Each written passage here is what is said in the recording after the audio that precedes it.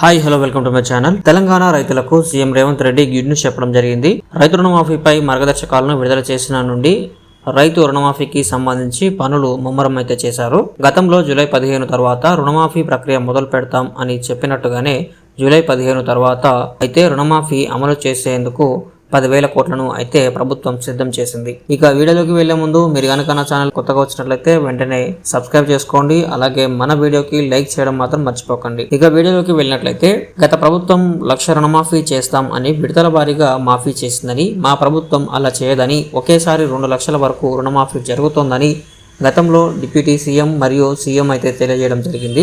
అదేవిధంగా రైతు రుణమాఫీకి సంబంధించి మార్గదర్శకాలను విడుదల చేసిన మరుసటి రోజే మాఫీ ఎప్పటి నుండి అమలు చేస్తాం అనే దానిపై క్లారిటీ ఇవ్వడం జరిగింది. ఈ నెల 18 సాయంత్రంలోగా 1,00,000 వరకు ఉన్న రుణాలన్నింటినీ మాఫీ చేస్తాం అని తెలపడం జరిగింది. 18 సాయంత్రం అందరి రైతుల ఫోన్స్ మాఫీలతో మోత మోగాలని అయితే తెలియజేయడం జరిగింది.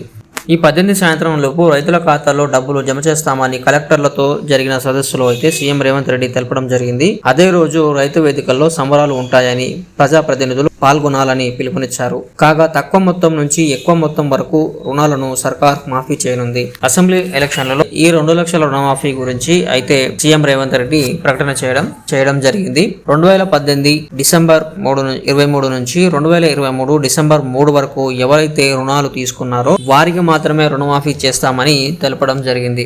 సో ఇది ఫ్రెండ్స్ ఈరోజు వీడియో. మీకు నచ్చినట్లయితే లైక్ చేయండి. అలాగే మన ఛానల్కి సబ్స్క్రైబ్ అవ్వడం మాత్రం మర్చిపోకండి. Thank you friends.